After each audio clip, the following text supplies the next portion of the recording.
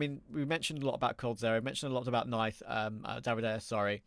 When it comes to, Hardzao and Nithon, for example, I mean, they've also been around the scene a long time. Hardzao spent 4 years on Pain, pretty much. Yeah. He's a storied name, without a shadow of a doubt. But anyway, so I slightly lied about the 30 seconds, but it's okay. We found the start game button now, and we're going to get into Anubis. I don't think anybody started their stopwatch when you said that, Trav, so you're all good. We are all good. Into the game we go. We saw some good stuff out of Sharks on this map yesterday against Crew. They did start on the CT side on that occasion, though, so let's see what they're going to bring to the table when they start on the T side. And it looks like they're just going to move with some pace and vigor straight in towards the bomb side. Are they going through the smoke? You bet your top dollar they are. Oh, and they've been able to find the opening kill, but thwarted by Hardzao, at least initially. 2 kills coming through from him. It's now going to have to be a retake. 2 versus 3. And the retake is going to have to be sharpish for sure, with the lack of a kit. Cold is going to make his way through first. Kevlar on him and Venom Zera. Nithon has got those 2 flashes. When do they get thrown in? Oh, that's a rude awakening for Cold. Directly into this best of 1. He gets dinked and then removed. Folo finds Venom Zera and Nithon is stuck and he gets a very rude awakening as well. He's out of there and he's got absolutely nothing to save. All he's trying to prevent right now is them getting some bonus cash and perhaps him getting some for himself. But he'll be removed. Only 1 kill. Great start for Sharks. Did you catch who the Julie's player was initially taking contact at A main? I'll be honest. Was it Cold or Venom? I'm not sure. If you don't either, that's fine. But just a small detail. I'm not a big fan of where they were playing on the opposite side of the smoke then. I'll tell you why. When the T's don't respect that smoke and they push straight through, they're not running towards you. They're running across your screen. So it's actually really difficult to try and track them with your crosshair and get those headshots. You know, if a player's coming through a smoke and they're running towards you, at that point, it's much easier to just keep track of them. So I think it is a really difficult spot, even if you have the Julies to get a multi-kill from that position.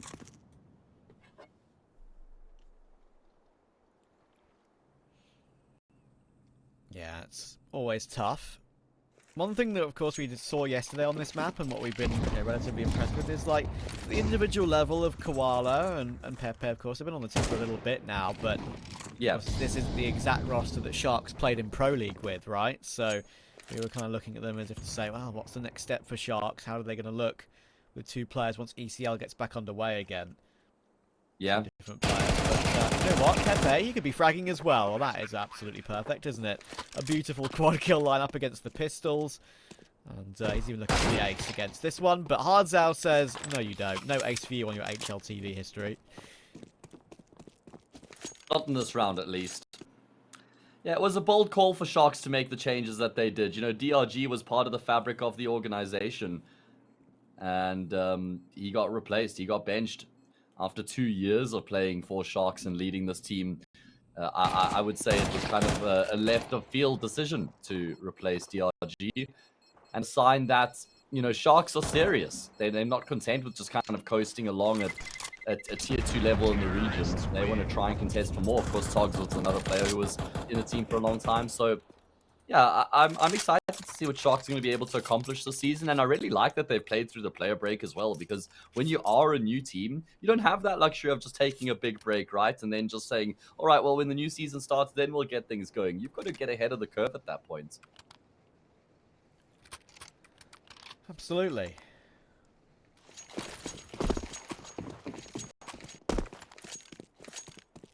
Clean start for Sharks. It's now time for Red Canids to make something with this. What is actually the first gun round of the game. It's a bit of a weirder gun round, of course. Hardzao managed to save the Galil, and Cold only has a FAMAS, so 2 of the lesser rifles, 1 from each side, in this Red Canids opening gun round, and Cold playing behind the smoke. They're not checking in right now. It should be an absolute freebie. With Nithon dealing with Pepe, it's a nice hold work, but RDN has dealt with him and Nithon. And Venom Zero is very stuck. He does well to get away with switching to the USP and grabbing that kill, but he's very likely to be traded at some point with the drop down from mid. There it is. Koala finds it. Back into a 2v2. Davidair and Hardzao are both here on the rotation behind this smoke, but I think Sharks know it. There we go, kill comes through. Finally going to mop up the difference makers, Hardzao and David. That was a great rotation, a great hold from them. I mean, everybody was required from the CT side. I do like the option from Sharks to just try and change the pace up in the first gun round as well. Just try and test the metal of the defense on that B-bomb site, see if they can catch Red Canids off guard early on. But it's not the case. I mean, they were well set up to deal with the initial wave, and then the rotations come through to just make sure they can lock it down.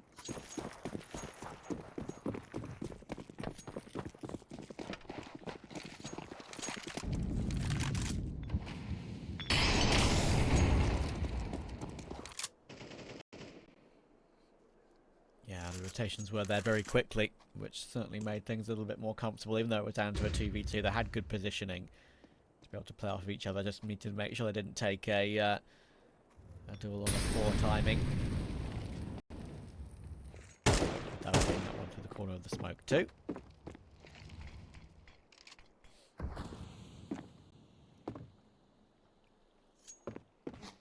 Ooh, swing from Ben and Sarah. It's almost an awkward timing for him, considering he was getting dueled straight up, and it looked like it would be an advantageous peak for the T side. But knife them with the AWP, kick it off.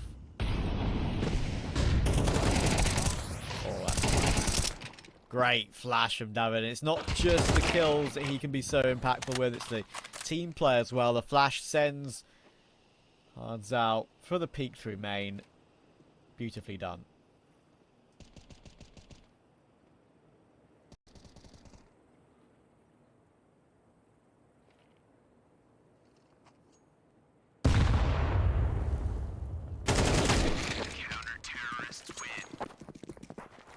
You with me, Matt? I've done the thing, Trav. You've done the thing. Yeah. I've done the thing, mate, and I'm rattling off. I'm making a good point as well, hey? I'm making a goodie. I was just talking about... I'm sorry. I was talking about how... Sharks had actually smoked the front of A main there, and Red Canids are playing the CT side of this map exactly the way that you're supposed to. You know, being proactive, looking to make plays in the middle of the round there. You know, they got ahead of that T side smoke, and then they took the fight to Sharks, while Sharks were looking to try and get A main control. And I think that was really good timing on the play being made there. It's something that's going to just keep Sharks guessing for the rest of the half now. You know, they can never really sit by comfortably while they wait for their exec. It's okay. I know how to double check you now. Just say, Matt? You know I'm here. I know you're here. It's either that or it's either I muted my mic or my internet's gone, man. It's one but of the two. that hasn't been happening much lately because South Africa's got its act together. So I know, that's a very good point, man. I mean, let's not jinx it now, touch wood, but it has been a stable year so far for me, man. I'm very grateful. I'm happy for you. Hards out. The election year in South Africa, Trav. So we're really happy to upgrade games. Anyway, I would say it's gonna have to be a defense on this bomb site. Oh, David's also had his bell rung. There's an AWP that can be recovered. That's exactly what RDN wants, and he's gonna take space as well. The bomb plant comes through. Fresh smoke cameras. This was a full eco round. RDN misses a massive shot though, and that's gonna allow for Colt to cross. Oh, he had to hit that, Trav. RDN saw his name up in lights there. He got 3 with the Glock, of all things, against this buy that Red Canids had. Got his team into a 2v2 on the site, basically single-handedly, with so many dinks coming through from the default pistol. Yeah. And he managed to even get his hands on the AWP as well. He had the perfect line for it, but whiffed his lines. He absolutely does do the right thing, though, after getting those kills to go and pick up the AWP and then take up the position he does. You know, everything was by the book. It was the correct play, but unfortunately, just can't connect on an initial shot on the player coming through cameras, because I think if he does, they probably win that full eco, you know? Got to take the positives away, though. The fact that they're actually able to inflict as much damage as they do is already a great return in the eco. They got to follow that up with a successful gun run here, and look at Cold. He's now the one making a play through E-Box into Canals. So lots of moving parts to the CT side here for Red Canids.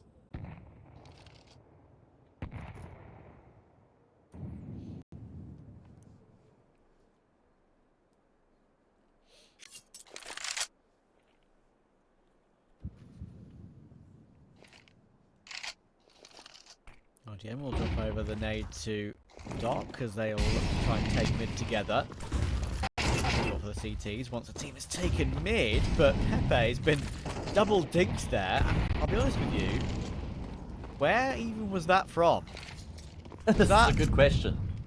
That wasn't by a teammate. Like, was it through just Venom's error and E-Box here, just spamming through the edge of the wall? Maybe That's it what I'm was. thinking. Yeah, That's the only what I was logical thinking. one, I think. Yeah. Oh, the enemy's way in here. They're absolutely going for an ace. They're not expecting Amadeus in the same corner. And he helps out Hardzao. And Hardzao, in the end, doesn't need any help for the last. 3 for him. 10 on the board already for Red Canids. It's a great little rebuttal. Yeah, that's a very unorthodox setup coming through as well, right? You know, 2 players in that corner, you just never really expect that when you're the T players pushing into the A-bomb site. And that was all by design. You know, they clear out the first player. That's why he was slightly out in the open a bit more further forward, so that they don't actually clear out the corner the entire way through. Once they get that kill, they discount it entirely. And that does cost them 4 rounds in a row now for the CT side. They've got some good momentum behind them. And they were able to avoid the reset as well. Not that I'm not sure how much of a reset it would have been, but after losing so many players to the Glocks before that, winning the gun round just puts them in this comfortable position now.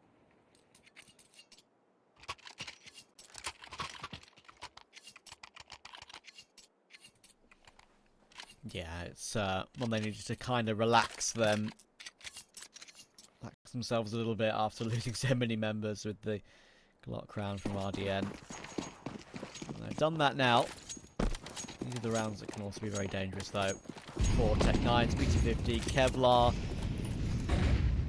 3 helmets as well. More difficult for them, and a decent bit of utility to go for a setup. Oh my, Dark. they're going to burst all over. They're going through, the stock is going to go down, but the rest of the players coming through B-main have been able to make up some decent ground, and oh my goodness, are the enemy eco rounds? How does he just continue to find these multis? Gaffolo's going to overwhelm Nathan on his AWP, and there's now a man advantage for Sharks. This looks a whole lot better than the previous eco round post-plant. RDN again gets a triple kill in the eco. Surely no way back into this one for David. He's going to have to accept his fate, and Sharks have done it. They've won themselves an eco round.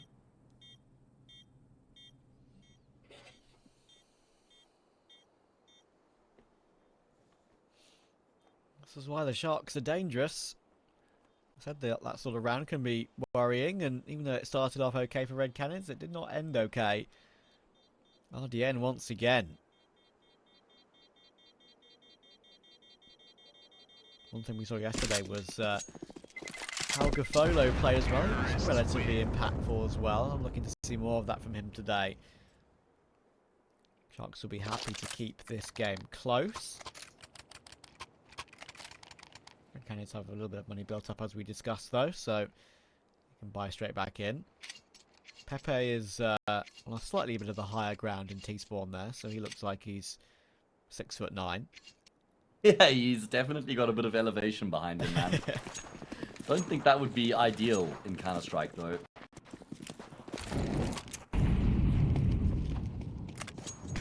At least for Red Canids, it's not a situation where after... Oh, okay, Cold tries to intervene with the smoke grenade. I think he might have just. As I was saying, though, at least for Red Canids, losing to the eco doesn't devastate their economy. They've still got a decent buy here. Lose this, though, and it is down to eco territory.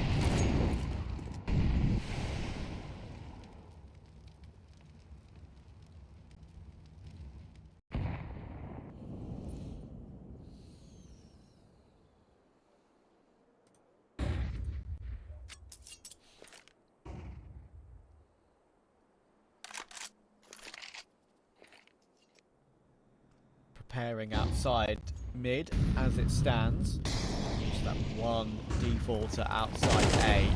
Koala, in case there's any pressure. I've seen Red Canids once or twice already in this game. With the help of some utility by David on a couple of those occasions.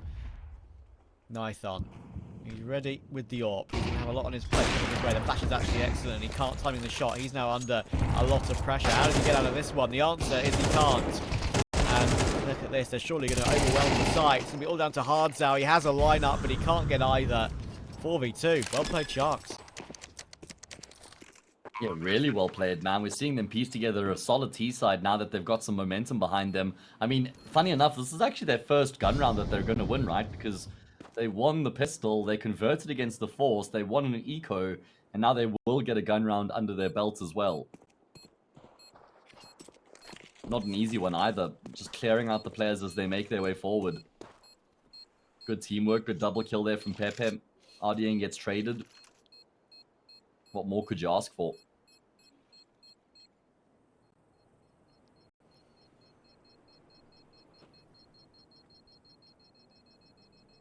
Yeah, in the end it was What just, more could you ask for? in the end it's plenty just good utility usage, as you mentioned, right? I mean, the fact that they managed to push Nathan away, without him getting anything, he couldn't even get behind the cake on the site. He was screwed. Even though Red Canids had 3 players there, with a player in heaven, of course, who was blocked off a little bit and had to swing, maybe swing a little bit too late, and then, of course, the last player in main. Basically impossible to recover the round from there. And there'll be a slight worry for Red Canids that they haven't been able to hold a couple of these rounds when they've had a decent setup in play. That's true. I feel like RDN's just been the chief destroyer. He's constantly finding like these really good kills to open up the bomb sites. 18 kills between himself and Pepe, averaging more than 2 frags a round between them, so doing some serious damage.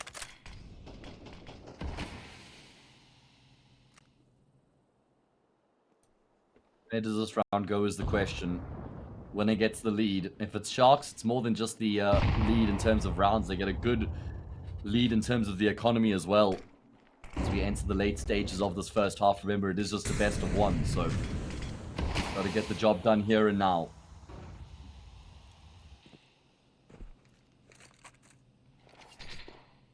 And Zera pushed away.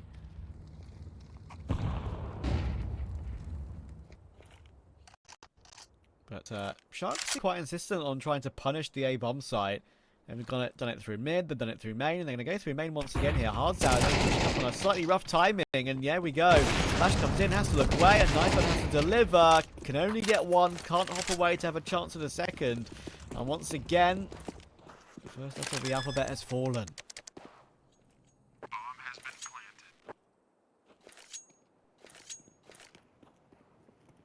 Well, that A bomb site is hemorrhaging.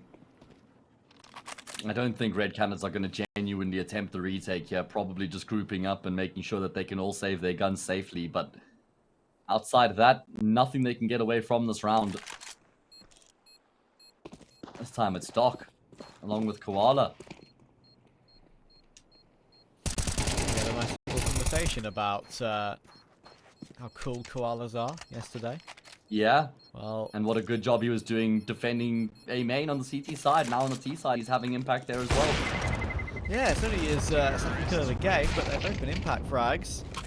And to be fair to Sharks, they have enough money to hunt. They absolutely try and do so. Why not? Yeah. They will give up an AK to Davideus, but that's not the end of the world. You should be hunting in that sort of situation without a doubt. And now Red Canids are going to have to eco. So 6-4, pretty much a okay, maybe not a foregone conclusion. Normally I'd say that against a full eco, but they have been able to carry some rifles through on the CT side, so there'll be a little bit of firepower. Certainly going to be in the back of Red Canids' mind that this A bomb site has fallen a couple times now, so might see some sort of an adjustment in the setup as we see Cole trying to get some info B main. He's actually quite lucky to have his life intact there.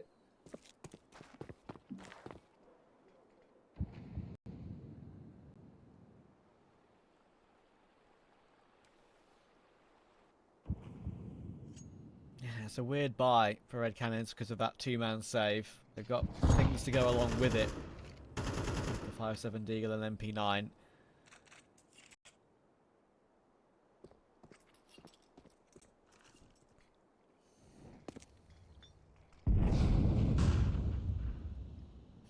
So they're going to try and reinforce this A bomb site again in terms of not just having 3 players here, but looking to maybe push through this smoke once it dissipates. Yeah.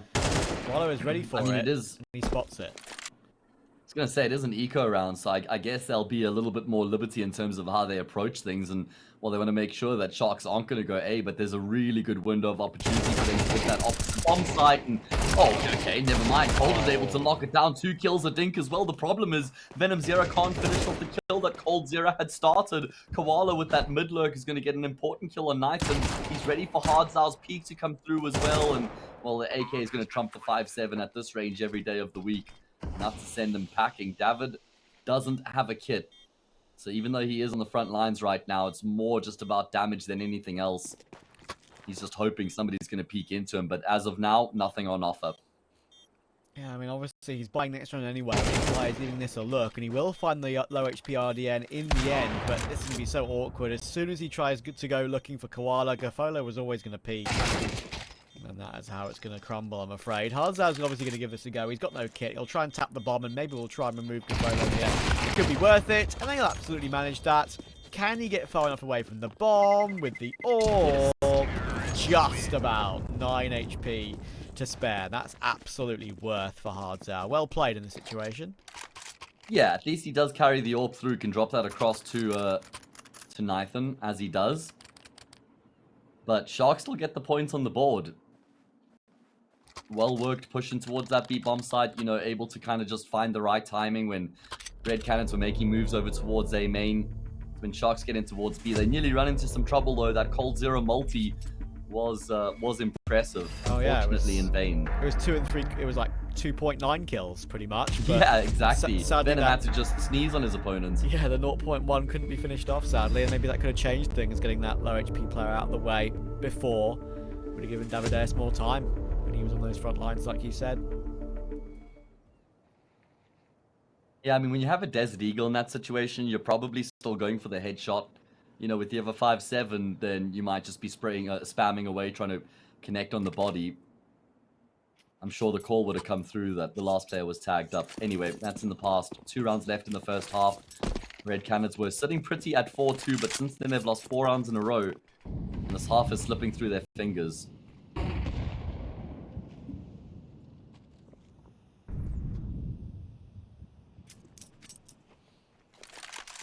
Yeah, and don't get me wrong, sure, it was Crew. Crew didn't look that bad in the second B1 especially, right? But it was just Crew, it deserves to be said. And remember how good Sharks' CT side was against them on this map. So, Red Canids might be under a bit of the cosh. Many coshes. They're under the pressure right now, man. Feeling the heat. And if they lose round here, then 8-4 looks incredibly likely. So a lot hinging on this round right now for the CT side. We've actually seen Sharks just change things up. They haven't really gone in towards mid at all throughout this half. And I think that's exactly what Red Canids are reading into. They have got David who's looking in this direction, deep in the A bomb site, just looking towards cameras. But he's also trying to support his teammate A main. So, oh man, they've gotten so much ground completely undetected up until this point. I mean, like I said, the CTs are considering this, but they don't have any idea for sure. And now Sharks will start to make their way forward. Nike goes first blood, David can step out. And as you say, things now finally fall into place. The main thing that's different about this hold for Red Canids compared to that last one is that Nathan, see the angle he gets that kill from there? He wasn't there to begin with. He wasn't going to get flashed off. He wasn't the main point of the defense. He was the main point of the defense from a separate angle where his riflers can be a little bit more mobile from that position where he got that final kill to swing and help out. It's the other way round as they play it there. It does look a lot better and a lot cleaner and a lot more comfortable in terms of movement. Yeah, agreed. And positioning. Yeah, good impact coming through from Nathan. Right place, right time. Able to affect the defense in a good way. And I don't really fault Sharks' approach either. It's a good change-up from them, and they got a lot of ground afforded to them in mid. Had to try and use it. Well, it was a pretty untimely push. I think that the molly was thrown as they were trying to make their way forward. Anyway, Red Canids draw within 1, and because of all the damage they've been doing in the rounds that they're losing, it means Sharks don't actually have a huge amount to work with coming into this round. But they have got an opening kill.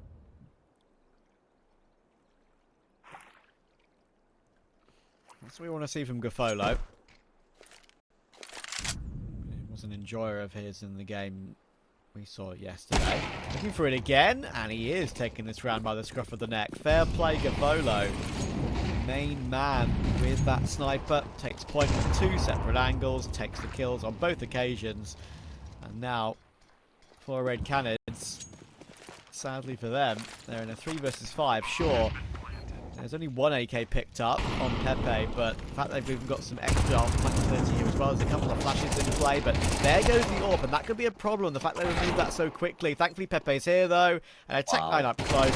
Koala will deal with Night Guard. Cold is stuck and removed, and Sharks will take a 7-5 lead going into the second half.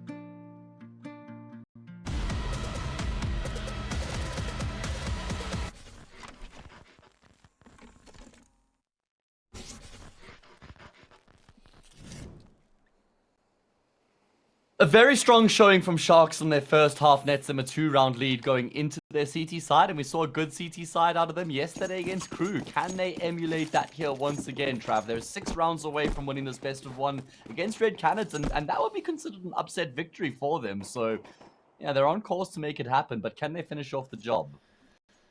Yeah, one of the reasons why I actually picked Sharks was mainly due to the fact that I liked how they looked on this map yesterday, and that T side was very solid again. Very good, nice set plays with utility.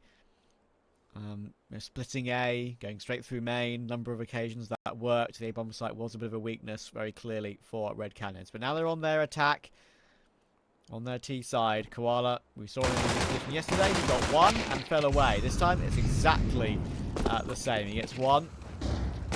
Down straight away. Koala under a bit of pressure, ducking and diving behind the cake, but Cold hits his headshot. Hardzao finds his spray with the picked up dualies. And yeah, those dualies have a little bit of recoil to them, so sometimes spraying them can be the way to go, but these are some calm taps from Hardzao. And he's up to 15 and 6 now. Yeah, and add another one to the tally as well. 16 kills to his name. He is the top of the scoreboard by some distance at the moment. He is having a fantastic game and a really big pistol round going Red Canids' way as well. With this being a best of 1, had they lost that 8-5, no bomb plant, maybe 9-5, that's back against the wall kind of position, right? So winning that pistol round just allows them to breathe a massive sigh of relief and set the tone going into this T side. Really good shots, good util usage as well. After they get that first pick on Koala, they never really give Sharks any time to settle on the defense and try and get themselves in position once again. Yeah. Just lead the charge all the way through to the T players. I think a good sign for Red Canids as well is that even though they did lose that first half, that all their players are like, you know, on the server. There's no one obviously lagging behind, which I think will set them in good stead for the T side. Yeah, true. Cold's individual form as well. Like, I mean, I realize it's like tier 1.5, tier 2 Brazil, right? That he's playing. It's not the S tier of anything anymore. Check this first. We are going to stack on A. I'll get back to my point in a moment. They will lose the Mac 10 as it tries to get stand its ground, but Pepe is just running down with the USP. That's a free AK. They're not going to be there quick enough to stop them from getting into an E-box and the opposite side. But Cole's going to keep an eye on that one. I'll come back to my point once I've figured out this round is going to be comfortable again. Let's see. I actually haven't used the smoke towards the front E-box. They've instead used the temple. That's a trade, but thankfully The trades come through thick and fast for Red Canids. Gafolo, he abandoned his teammates. He had his own idea, his own plans, and unfortunately, everybody's died in the meantime. So maybe can affect another kill here, but yeah, as expected, Red Canids will win the round, but it hasn't been an easy one. He's just trying to make a nice bomb here. It looks absolutely stupid, but he had a smoke. He decided, okay, I'm just going to leap onto the defuse, maybe try and lure Cold or Davides back toward the bomb and make them die with it. With an explosion. Yeah, I mean, stop before he can get there. They don't know for sure whether or not he has a kit, right? So exactly. And anyway, the main point I wanted to make about Cold is that, like, he really hasn't lagged behind badly individually. Like, don't get me wrong, there are some players that do and have. I feel like he and Fallen, even Fallen is really not that, like, putting in constant stinkers. Like, he's really not that bad on Fury, playing in some of the hardest games in the world. In some of the biggest events still. Like, he's not that great anymore. He's not what he once was, but he really isn't that bad. And Cold, as I said, even though he doesn't play in the biggest events, kind of falls into the same category. Yeah, I agree with you completely. The problem is that Fallen's playing in Fury, a team that's supposed to be contesting for titles, where Cold's playing in Red Canids, right? So when you're Fallen, you can't get away with just playing not bad Counter-Strike. Whereas Cold, I mean, he's got players like Nathan, you know, David, Hardzau around him who are putting up really good performances consistently. So not as much required out of him, whereas Fallen's the author. But I definitely agree with the point you're making in general about Cold. And I think he still offers a lot of value to his team in terms of his fragging outside of everything else. Yeah, it's yeah, for sure. We could go on for hours about what things Fury have done that have been either wrong or questionable in terms of their roster. At least they still have Keserato somehow. I mean, he just wants to leave Fury. Maybe he's a one-club man in his entire career. We'll see how that will pan out. But anyway, Hardzau. Ooh, this is a bit of an interesting play for Red Canids. RDN's going to look back toward the site just at the wrong time. He's having to duck and dive between two separate angles. This might not work out for him. Absolutely domed by Nithon, and there's a rotation coming through and control for Sharks outside A, but it's back and forth right now. Pepe will do well to find one. They need to find another. Venom Zera still finds Gafolo in the meantime. 2v3 with 15 seconds on the clock. This makes this ever more difficult. Venom Zero will get taken down, and Davides knows he has to two players in position. He gets both. Bomb picked up. 4 seconds on the clock. He's got it. Koala is here in time, but the font is safe. Oh, David got one bullet off. That was a headshot. That would have been absolutely nuts. Oh man, such good work from David. That's why we highlighted him coming into this match as well. A really good job. I mean, he knew, as you say, he had to push him to the jaws of death and somehow try and find both those kills, and he does with the wonderful spray transfer. And just enough time there for him to collect the bomb plants as well. Unfortunately, he just doesn't really have the health to take the fight. He needed that instant headshot if it was going to go his way, and it doesn't. And that means Sharks regain the lead here. I mean, I really do like the way that Sharks recover that situation, right? Because after RDN dies in Temple, it's actually looking pretty dire for the CT side. But Doc and Pepe combine. They set up a really good crossfire and just good composure across the board there from the CTs. Yeah, great recovery in that round. Just well positioned as well to deal with all of that. As everything was going down in the meantime, they knew they were kind of lacking information and map control, which is why they pushed 2 outside A as they did. It worked out for them. Yeah, what an attempt from Davides. I mean, that's why, as you say, we picked him as a player to watch. I had a feeling that the only way he was going to be able to do something with that would be either them making a bad mistake or one going... or needing a ridiculous spray transfer. And he got the ridiculous spray transfer, but as you say, he was always going to take a lot of damage for his troubles and couldn't complete it.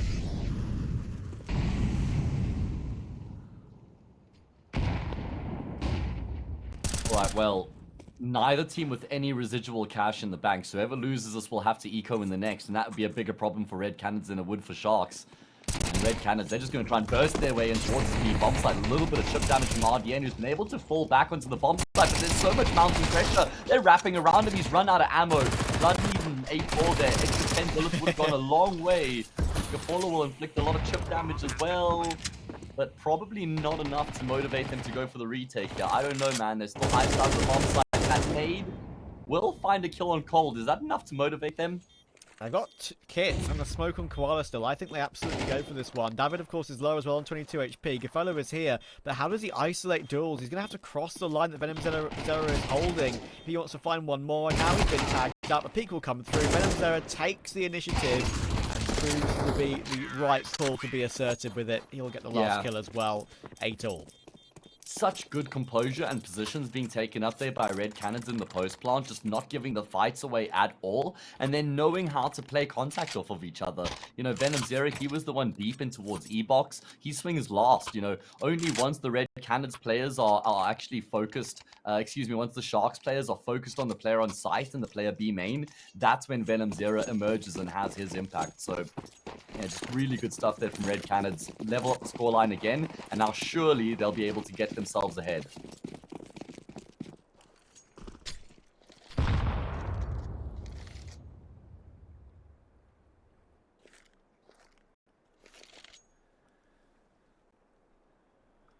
Well, there you go, Trav. These two teams are just like it's the same charge magnet, just opposing each other, polar opposite sides of the map right now. No forces of attraction at all. It's a free round for Red Canids. Kind of like our love life. What, same charge magnets repelling each other? Just repelling everyone around us? Yeah, more like that. We should start dating each other, Trav. I know. I mean, at this We point, basically crossed all the barriers already, mate. Just like, at this point, why not? if we're both single by 30, Trav, then we're getting married. That's the classic, okay? isn't it? It's like That is the classic. the rule that we have to marry. I think I've made that pact with at least like 3 friends, to be honest. So listen, if I wasn't in the process of getting my Irish passport, I would have married you already for the British one, mate. So that's a good point. You could have done that, couldn't you? There we are. yeah. All right, well, put the bromance on ice. 9-8. Red Canids have a lead. And we're at the business end of this match as well. Yeah, I'm sure we'll see some Kappa prides in chat at that one, perhaps. Deservedly so. Yeah. Davideus will manage to push forward. So,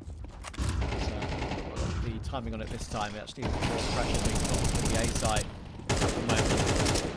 Venom Zero is doing our work through that smoke, trying to just show presence. And actually, interesting that Red Canids, well, they had a bit of control, but in front of that smoke, decided to fall back behind it. Good damage was taken, of course, toward Venom Zero and Cold, so want to keep a 5v5 intact for now.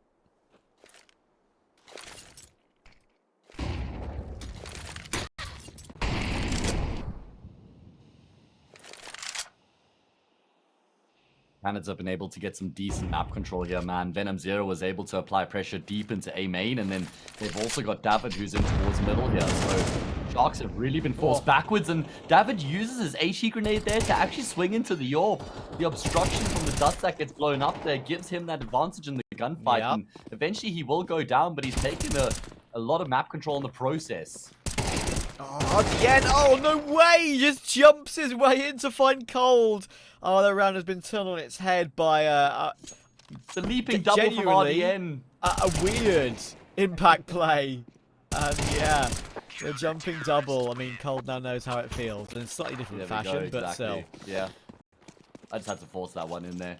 Too good not to. Either way, Sharks forced themselves into the round, man. 9-all. And that was after Red Canids had... You know? It was a jumping double. Well, this wasn't. From Cold That's what I'm saying. That's what I'm saying. Yeah. He got one, though. I mean, it was contrived, but... I know. Let me have my moment. I respect it. I respect it. What I will say is I'm quite surprised that the round unfolds the way it does, and it's mainly just down to the proactivity there from Sharks towards Epox. Like, that was where the entire round kind of lived and died for both of the teams. So, good work from them. Good timing on the push, and pretty fearless in the way that they made their decisions as well. I can smell overtime, Trav. There's a world. It has been back and forth, with neither team being able to get away, like you say. It's this world? It's this world. Not just a world. Did you read that there was like a a quite popular news article on BBC recently where they like found caves on the moon or something, like I didn't actually catch that, no. habitable caves that they think maybe in like 20, 30 years humans could live on the moon. Hmm. Would you sign yourself up for that if you knew you couldn't come back to Earth once you committed to going there? No, because I need a very good supply of insulin. That's for sure. Fair enough, yeah. There's a finite supply of that on the moon, no doubt. Either way, it is going to be some more aggression from Sharks here, man. Just not afraid to get into the faces of Red Canids. Good opening kill found, and it's also Hardzao who they've taken down. It's the crown jewel, along with David, and now, well, Red Cannon's going to sort of head back to the scene of the crime. They're going to try and get in towards the B bomb site, and I do like this decision. They're thinking, okay, Sharks have cleared out B main. They're probably thinking the B bomb site's safe, and Nathan's somehow able to get ahead of the smoke there. It's now all on Pepe. He's desperately calling for his teammates to rotate across. They could even take the base away from him. Kapolo commits his life as the stock. Pepe has to go huge, but he won't even get one. It's Cold Zero with the triple. Koala's here. He's got 2 players very low. If there was ever a 1 versus 4 that could be a possibility, maybe it could be this one, but sadly he's got no smoke. So we make this a possibility. Let's see though. Still close in the cubby. Venom Zero is kind of running around the site as if he thinks there's no one there, and that could be an oversight.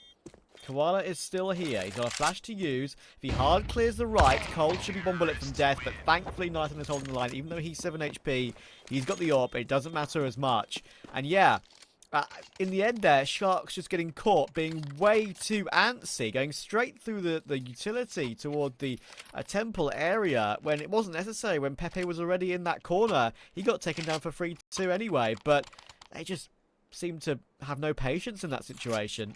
Yeah, I also feel like Pepe maybe just goes into a shell a little bit. I think he needs to step out of that position and try and take the fight with the players coming through from E-Box while Gafolo's busy dying in the molly, right? He shouldn't really just be staying behind the pillar waiting for them to push into his crosshead. And then Gafolo, you know, he dies, and then another teammate also does the exact same thing, basically. So Exactly. Sharks just getting ahead of themselves there, man. Yeah, I was very surprised when the second player pushed through that utility to help up. I mean, maybe, obviously, communications, you could look at it and say, maybe Pepe saying, guys, help me, and they already have 2 on the But he wasn't helping them. I know, right? But, yeah, he's probably saying, oh, listen, you've got your 2 players with me on a pretty quick rotation. Maybe he was just calling for it desperately, and they decided to listen to him, and in the end it worked for none of them. All 3 went down to cold.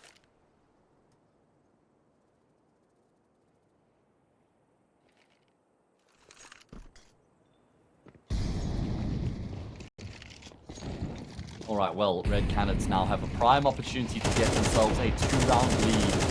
They're pushing towards the stack here on the B bomb site right now, but it doesn't seem like that's going to cause them any troubles. All of Smoke's in play. Sharks on the wrong side of it, just getting picked apart here, being peppered down by the AKs. They've got 1 more round here, Trav, to try and keep themselves in it, because if they lose this next gun round, the next investment, then I'm pretty sure that Anubis is as good as done. You would think so. I've got to give props to Red Canids as a whole, as a unit. I mean, as we said, we saw good stuff from Sharks yesterday. We've seen good stuff from Sharks today, but the CT side hasn't been as strong against a harder opponent as expected. And as you can see on Red Canids, all 5 with a positive KD, all having their moments in this game. Hardzao and Davides, obviously, but Cold had the triple that we just saw. Niton had a couple of really important entries with the AWP and some after plant kills as well. And as you say, now it's kind of all or nothing for Sharks. If they lose this one, they're not going to be on much of a buy at 12-9 down. Yeah, $2,900 round loss bonus is what they've got behind them right now. So if they lose this round, it's going to be pots and pans to try and stop Red Canids from getting the job done, especially if they aren't able to save any weapons. So it makes sense that they use a pause. In fact, yeah, it's their second pause. They still have 1 more if they require it. Red Canids have built up some decent money, so they're sitting very pretty as things stand right now. Feels like it was, you know, Hardzao and David who were kind of carrying the show for the most part in this map, but Nathan and Cold Zero have really stood up in these past few rounds. You can't discount Venom Zero either. They've had a lot of impact. Looks like this tactical is going to turn into a technical briefly, hopefully not for too long.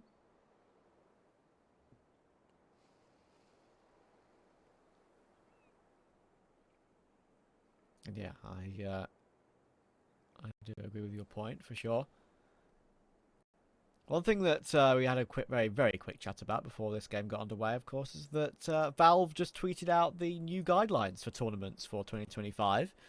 There's lots of interesting stuff in there. There's something about the announcement and publication of tournaments as well. Apparently, that you need to announce your tournament at a specific time before it begins. For example, if the first example here is for an event starting between 1st of January and the 31st of December, the announcement date must be no later than the 1st of September 2024. So it's like at least 6 months, which is interesting for the big events for sure. Yeah. I mean, that is, yeah, that means that we'll be getting a good idea of what we can expect in terms of the calendar a long distance in advance. Never a bad thing. Help TOs plan, help fans plan, help Yeah. teams get an idea of what their calendar is going to look like for the season as well. I'm excited, man. 2025 is building up to be a big year for our beloved esports. Yeah, of course, with it being an open circuit, there's a lot of things that kind of needs to be figured out, and Valve have actually looked like they've put in a lot of work in this sort of rule book that they've detailed, been tweeted out by them today. One of the ones here, which is pretty cool, is wildcard invite. It says here, the following additional wildcard process shall be allowed. For any tournaments in which 8 or more rosters compete as part of the main event, the licensee, i.e. the tournament organizer, may choose to directly invite 2 rosters. For each additional 8 rosters competing in the main event, licensee may add another 2 more wildcard invites. So, sure, there'll be invites, but they're still going to be mostly an open circuit, which is cool. I like that. Yeah.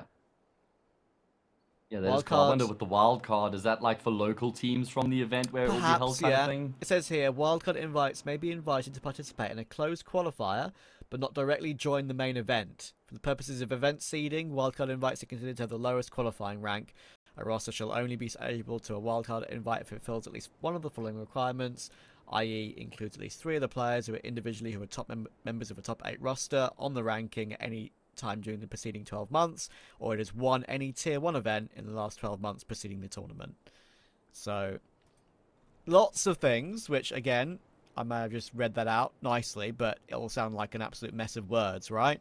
But you'll come to understand it as the year starts in 2025 for sure. Yeah, I feel like there's a lot of a lot of questions that will need to be answered as well. That's why they're coming out with the guidelines now. They're just trying to set the table as to what teams and TOs can expect going into that next year and how they expect things to be run. Because if they are going to come in and make these, sweeping changes, then they have to kind of give TOs an idea of what they expect, how they expect them to function, right, and what they expect them to do, and give them a decent amount of time to figure it out on their end as well. So yeah, always Yeah. good to see the communication coming through from our overlords. Yeah, it's a really good piece to see. But the only thing that really is left to try and figure out is the kind of Valve rankings as well, because there are a couple of weird ones in there, of course. Like, for Johnny example, Speeds. yeah, that's the one that kind of went a bit viral when they released a new update to the rankings. It's like Johnny Speeds play some tier 3, borderline tier 3 to be fair, events over the player break, right? And sure, they do really well and win a couple, but one of them was a tiny Swedish LAN and a couple of other Yeah. things like that, and it props them up to 18th or something in EU, which is like a bit much. We're not entirely sure what the problems are right now. Obviously, some sort of a tech issue going on with one of the two teams, and yeah, not too sure how long it's going to take to be resolved either, Trav. So I think might not be a bad idea to throw this one to a break while we wait for the issues to be resolved. What do you think? I think so too. I'll tell you what. I'll check it. I'll check some chats to see if I can find what the issue is. I can tell you that our lovely production has also asked them, and they don't know an answer yet. So no one knows an answer Okay. yet. All So right. we'll come Well. back when we're back. Don't worry.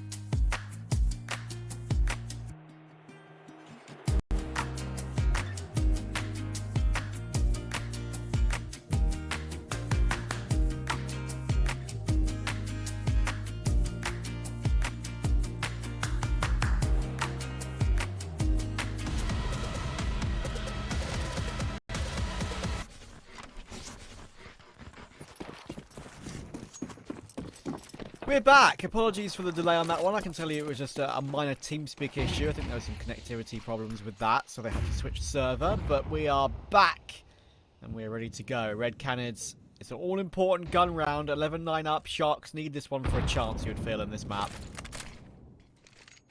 Oh, absolutely. I mean, non-negotiable, I would say, that they have to win this round here to keep themselves in contention on Anubis. Chain smoking the front of A main. Of course, the T side is going to be counting the smokes. There are no smoke grenades left remaining. And Red Canids will be aware of that. I'm pretty sure that they've thrown all 4 smoke grenades they had coming into the round. 2 front E box, 2 front A main. And there is plenty time left on the clock now for Red Canids to navigate the situation.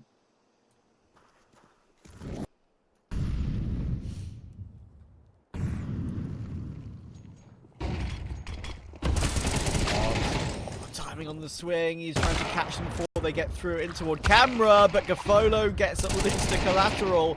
It does bait in Koala to make something happen, but he can't find it either. Nathan is switched on, and he gets a second to probably secure this round for Red Canids, unless RDN and Pepe can answer back quickly, because they are kitless. No, they can't afford to. They can't risk it because they don't have any money, and if they lose these rifles, they won't have any rifles to work with in the next round, so they're just going to have to call it a day here.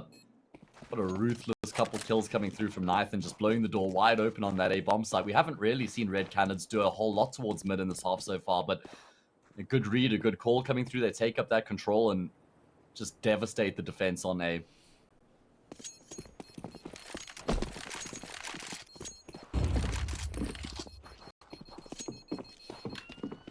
Yeah, now we have problems, as you say, Sharks. It's all they're going to have to work with.